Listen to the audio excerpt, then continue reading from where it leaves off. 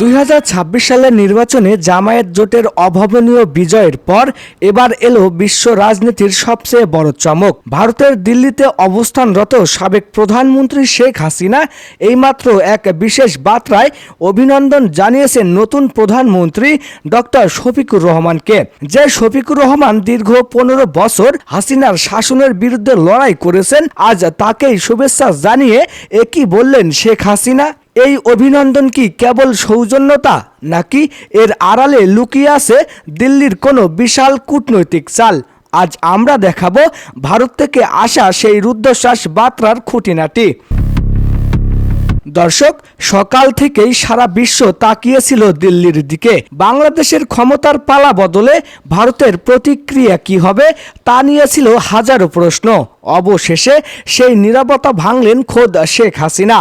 দিল্লির এক বিশেষ সূত্র মারফত তিনি জানিয়েছেন, গণতন্ত্রের জয় হয়েছে এবং বাংলাদেশের মানুষের রায়কে সম্মান জানানো উচিত। ডক্টর শফিকুর রহমান, যিনি জামায়াতের আমির থেকে এখন দেশের প্রধানমন্ত্রী, তার প্রতি শেখ হাসিনার এই অপ্রত্যাশিত নমনীয়তা কি তবে আগামীর কোনো রাজনৈতিক সমঝোতার ইঙ্গিত? বিশ্লেষকরা বলছেন, ভারত হয়তো এখন আর কোনো এক দলের উপর বাজি না ধরে বাস্তবতার সাথে মানিয়ে নেওয়ার চেষ্টা করছে। শেখ হাসিনা তার বার্তায় অভিনন্দন জানানোর পাশাপাশি কিছু সূক্ষ্ম শর্ত বা অনুরোধও জুড়ে দিয়েছেন। তিনি বলেছেন, আশা করি নতুন সরকার প্রতিবেশী দেশের সাথে বন্ধুত্বপূর্ণ সম্পর্ক বজায় রাখবে ও হিন্দু সম্প্রদায়ের নিরাপত্তা নিশ্চিত করবে। দিল্লির রাজনৈতিক বিশ্লেষকরা মনে করছেন, হাসিনা এই বার্তার মাধ্যমে ডক্টর শফিকুর রহমানকে একটি বার্তা দিলেন যে তিনি ভারতে থাকলেও বাংলাদেশের রাজনীতিতে তার নজরদারি শেষ হয়ে যায়নি। এই বার্তার পর ঢাকায় জামায়াত এবং বিএনপির অন্দরমহলে শুরু হয়েছে চুলচেরা বিশ্লেষণ। শফিকুর রহমান কি হাসিনার এই শুভেচ্ছার জবাব দিবেন? এদিকে শেখ হাসিনার এই অভিনন্দন বার্তায় চরম অস্বস্তিতে পড়েছে বিএনপি শিবির। তারেক রহমান যেভাবে ভারত থেকে হাসিনাকে ফিরিয়ে আনার দাবি তুলেছেন, সেখানে হাসিনার এই কূটনৈতিক চাল বিএনপিকে ব্যাকফুটে ফেলে দিচ্ছে কিনা তা নিয়ে উঠেছে অনেক প্রশ্ন।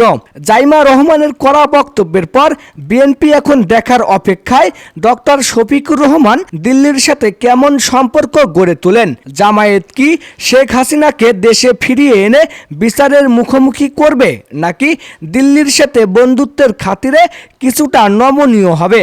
2026-এর এই নির্বাচনে চীন ও পাকিস্তান ইতিমধ্যেই শফিকুর রহমানকে স্বাগত জানিয়েছে। এবার শেখ হাসিনার মাধ্যমে ভারতের এই পরোক্ষ অভিনন্দন দক্ষিণ এশিয়ার ভূ রাজনীতিতে এক নতুন মোড় নিয়েছে। ডক্টর শফিকুর রহমান তার প্রথম বক্তব্যে সাফ জানিয়ে দিয়েছেন, আমরা সবার সাথে বন্ধুত্ব চাই, কিন্তু কারো গোলামি করব না। শেখ হাসিনার এই শুভেচ্ছা বার্তায় কি তবে নতুন সরকারের ওপর ভারতের প্রভাব বিস্তারের প্রথম ধাপ, নাকি শেখ হাসিনা নিজেই বুঝতে পারছেন ক্ষমতার মসনদ এখন ধরাছোঁয়ার বাইরে? তো দর্শক, বাংলাদেশের ইতিহাসে 2026 সালের এই নির্বাচন এক নতুন অধ্যায়ের সূচনা। শেখ হাসিনার এই অভিনন্দন বার্তা কি দুই দেশের সম্পর্কের বরফ গলাবে, নাকি এটি কোনো নতুন ঝড়ের পূর্বাভাস? প্রতি মুহূর্তের সরাসরি আপডেট পেতে এখনই আমাদের চ্যানেলটি সাবস্ক্রাইব করুন। আপনার কি মনে হয়, শেখ হাসিনার এই শুভেচ্ছা জানানো কি সঠিক ছিল? কমেন্ট বক্সে আপনার মূল্যবান মতামত জানিয়ে দিন। খোদা হাফেজ।